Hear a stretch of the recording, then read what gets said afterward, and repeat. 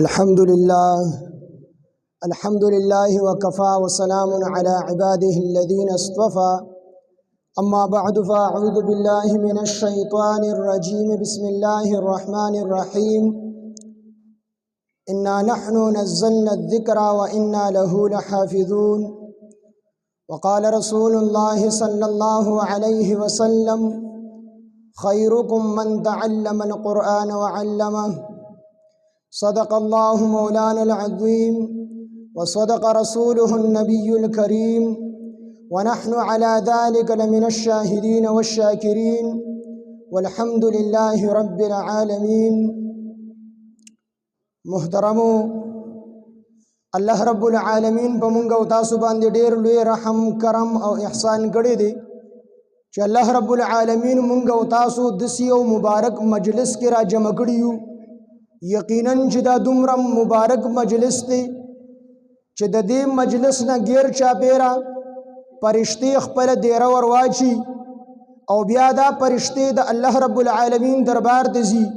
الله رب العالمین سره ده دی چې الله رب العالمین ته د هر څه علم دی. د خپل پرشتو نه تپوس کی زما پرشتو تاسو چرته تللی وای پرشتي عرض کی الله تعالی ستا ذکر کې دو استاد قرآن تذکرہ کې دلا استاد قرآن ختمونه د هغې د پار را جمع شوي یو. الله رب العالمین ته تپوس کی پرشتو چرته تللی وای وی خلق را جمع شي استاد ذکر او تذکرہ کولا هغې ته چې کوم دی هغې مجلس ته تلیو. الله رب العالمین د سره د علم نه تپوس کی زما پرشتو زما دی بندگان چې را جمع شیو دی څه غوښتل نو دا پرشتي عرض کی الله تعالی دی راغون شیو او دی د جهنم نه چې کوم دی پناه غوښتله نو دا الله رب العالمین د سره د علم نه تپوس کی زما پرشتو زما دی بندگانو جهنم لیدلو. پرشتي عرض کی الله تعالی جهنم لیدل نو نو الله تعالی ورته فرمایي زما پرشتو کو زما دی بندگانو زما دا جهنم اولیدو بیا بس چل کی وی الله بیا بډی رضیات فنا د جهنم نه غواړي بیا د تپوس کی وی زما پرشتو زما دی بندگانو کم سیز غوښتو وی الله تعالی جنت غوښتو وی پرشتو جنت لیدلو وینا الله جنت لیدل نو وی کو جنت اوینی وی الله کو جنت اوینی استاد بندگان به بیا ډیر د هغه په کوشش کې ور اولګي. الله رب العالمین دغه د اسمانونو پرشته گواهی ورته وی ای زما پرشتو تاسو گواه اوسئ چې ما دا مجلس والا وبخل. یو پرشته عرض کی الله تعالی پدې کې څه خلک د سره غلو چې هغه د دې مجلس شریک نه وو په دې مجلس کې د یو کس سره کار او د مجلس کې شریک شو. الله رب العالمین ورته فرمایي دا د مبارک مجلس دی چې د دې سره اس ناس کوم نه محروم کیږي. محترم د مجلس ته الله رب العالمین راوستي. الله رب العالمین د قرآن مونږ او تاسو لرا کړی دی او د هغه با برکت قرآن ختمونه دي چې الله رب العالمین د زمکه او د اسمانونو د پیدایش نه وړاندې د سوره یاسین او د سوره طه تلاوت او فرمایو. پرشتو په هغه وخت کې فرمایل وی مبارک دی وی هغه زړونه کوم زړونه بچ دا قرآن محفوظ کی مبارک دی هغه جبه کوم جبه بچ دی قرآن تلاوت کوي چې الله رب العالمین په خپل د خپل شان مطابق تلاوت کړي. مونږ او تاسو لا موجود نو د قرآن مجید دا طالبان لا موجود نو دنیا لا پیدا نه وا او پرشتو په هغه وخت کې د قرآن مجید حافظانو او عالمانو ته مبارکباد ویل. محترم کوم ځای کې چې قرآن مجید لوستل شي په هغه غونډه علاقه د الله رب العالمین رحمتونه راوري. صحابي تلاوت کوي ورسره خوا د زوی او د دې چې کله صحابي تلاوت شروع کی ورسره خوا ته استړل دی هغه استربه کی صحابي تلاوت بس کی اسکلار شي بیا صحابي تلاوت شروع کی بیا استربه کی دی بیا تلاوت بس کی د دې یری نه چې اسنا د استربه کی وی د بچیرا لخوک کی پدریمه پیره چې کله بیا تلاوت شروع کو اس بیا ترپا کې کړلې چې ترپا کې کړلې د تلاوت بس کو قران ټپ کو بهر راوته چې بهر راوته د کور د پاسه چراغان راغلي دي پړک پړکا چې سحر شو نبی علیہ الصلوۃ والسلام ته دا حال وی نبی علیہ الصلوۃ والسلام ته فرمایل وی اے پلان کیا کو چرتا خپل تلاوت نه بندولې او تا د قرآن مجید تلاوت تر سحره پورې جاری ساتلې تر سحره پورې به فرشتې موجودې وي او د مدینې منورې ټولو خلکو به د دې فرشتو زیارت کړو دا فرشتې به لیدلې دا چراغان چې دا فرشتې وي ستا د قرآن د اورېدو دپاره راغلي نو کوم ځای کې چې د قرآن تلاوت کېږي په هغه غونډه علاقه باندې په هغې باندې د الله تعالی رحمتونه راورېږي ځکه د الله رحمت چې راورېږي د هغې مثال د باران دی باران چې کله الله تعالی راوري نو دا په یو خاص ځای نه راوري په غونډه علاقه باندې الله تعالی هغه باران راوري دغه شان الله رب العالمین چې دلته کې د قرآن مجید ختمونه دي په دې جومات رحمتونه راورېږي د دې جومات د وجې نه په دې غونډ کلي ورسره رحمتونه راوري محترمو کومو ماشومانانو چې قرآن ختم کړلی دې ته الله رب العالمین ډېر لوی مقام ورکړي حدیث مبارک کې راځي چې د کم سړي ماشوم بچي دا وفات شي او د دغه ماشوم په جنازه کې څوک چې کوم دی شریک شول نو د دغه خلکو هم الله تعالی مغفرت کوي او د دې ماشوم د مور پلار هم الله تعالی مغفرت کوي کم سړی چې قرآن دا چې کوم دی په یادو باندې یاد کی دله الله رب العالمین د لسو کسانو د سفارش موقع په ورځ د قیامت ورکړي د چا دپاره چې جهنم واجب شي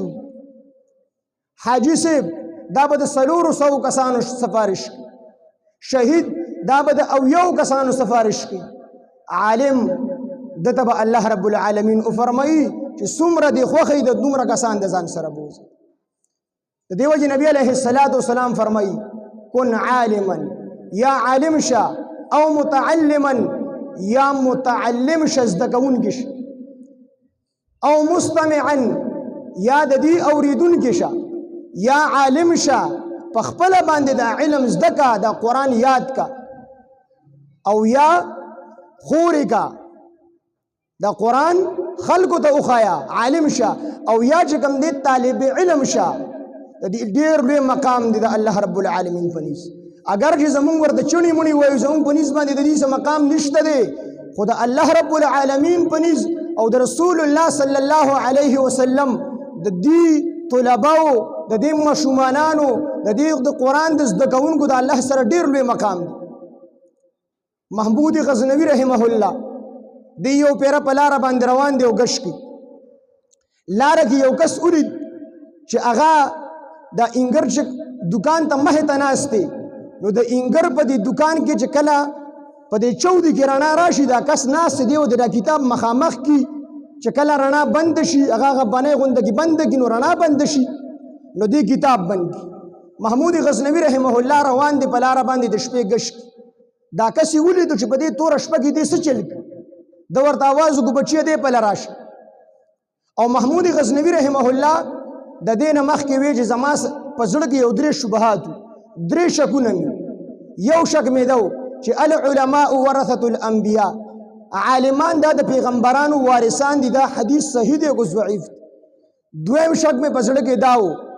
چې زه د خپل پلار زوی یم او کنه ما زما مور شرط ګناه کړی دا او دریم شک مې په زړه کې داو چې الله به ما وبخي کوم مې او نه بخي وی زروان یم دا شګونه زما په زړه کې دی او دا کس به ولید دا کس ناست انګر چې کله باندې اوخي رڼا شي په چود کې رڼا راشي دی او د خپل کتاب مخامخ کې دسي چې هغه باندې بند کی رڼا بند شي دی کتاب بند محمود غزنوي رحمه الله ورته بچی دی په راش چې کله ورلدې دی په لورغي ورته بچی سکه ورته بابا زدلته کې ناسیم او کتاب یادوم طالب ما علم حاصلوم بچی دلته کې سکه ورته بابا کور کې مونږ رڼا نشته دی نو زدلته کې د انګر دی دکان ته مخې ته ناسیم چې دی کله دا بنې وې دی چودي کې ما ته کتاب ښکارا شي یو سوټ کې یاد کما چې کله بنې بند کی رڼا بند شي نو بیا زه کتاب ټاپ کوم په یادو باندې یادو محمود غزنوي رحمه الله بس ډېر ادر دی دو د سرو زرو دیو هغه ورلا ورکړ ورته بچی دا واخل تاسو کار کور کې رڼا نشته دی دا دیو واخل او د ځان سره کېدو خپل علم به حاصلو دیو ته حضرت دیو خورا لتا راکړلا دیو را لتا راکړلا خدا به دې کې به تیل لکم زینا چو علم محترم دا ډېر په قربانو سره زموږ اکابر مشرانو حاصل کړي او بیا وته الله رب العالمین دا غیغه ثمرات دنیا کې ورګړي امام ابو یوسف رحمه الله دې رنگ سازو او د بچ کم دې رنگ سازي کولا یو بیر د امام ابو حنیفه رحمه الله په مجلس باندې تیرېدو داسې چې وی کتل درس هغه کوي د حدیثو دی ورته کېناستو مزه یې ورله ورکړل چې کله یې ورله مزه ورکړل بیا به روزانه راتلو مور یې خبر شوله او مور یې ورپسې راغله امام صاحب ته مو کارېده خپل بچي ته مو کارېده امام صاحب ته وایي چې موږ خو غریبانان یو زه خو دې د رنګساز سره په دې وجه باندې لېږم چې دې ته رنګساز نه د رنګونو د ورکولو چل زده کړي او ما له 100 روپۍ کور ته راوړي امام ابو حنیفه رحمه الله ورته وفرمیل وی بیبي وی دته زه داسې چل ښیم چې د ملک بادشاه دا به د کفرو د چوارو ډکه الوا پخي دله به یې خوله کې ورکړي د کفرو د چوارو ډکه الوا به د ملک بادشاه پخي او دا به ورله خوله کې ورکړي نو دا بیبي ورته وی حضرت دا به کله وي نو دی ورته وی امام ابو حنیفه رحمه الله ورته وفرمیل وی بیبي دې چې د رنګونو چل زده کړي نو په هغې کې به څه وخت لګي او که نه لګي هغه ورته وی لګي به پکې نو وی دقه شان په دې کار کې به هم وخت لګي که نه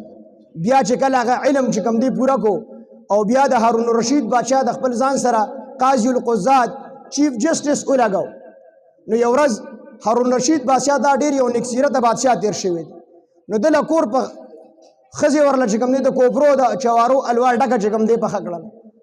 او دی ورته وی راځه چې دواړه اخرو هارون رشید بادشاه ته وی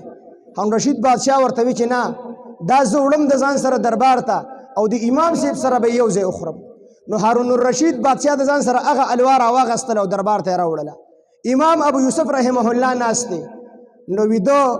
د بادشاه د ډېر محبت د وجې نه د هغې نه نوڼۍ جوړه کړله او امام ابو یوسف رحمه الله له په دې خوله کې ورکړله وی چې کله یې ورله دا نوڼۍ په دې خوله کې ورکړله امام ابو یوسف رحمه الله په جړا شو چې دې په جړا شو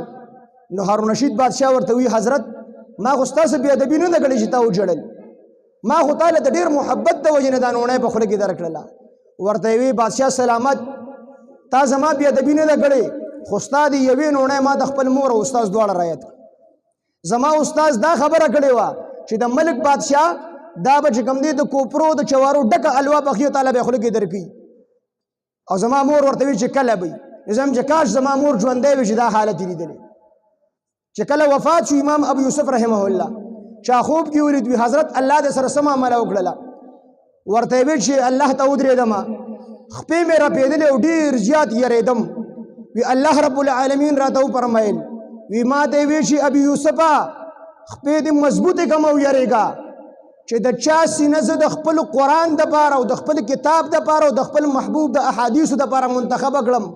وی ما په ازل کې دا فیصله کړې چې دا سینه زه په اور باندې نه عذابم ځکه مې ورته قرآن ورنن باسلی محترم هغوی خوارۍ کړي دي نو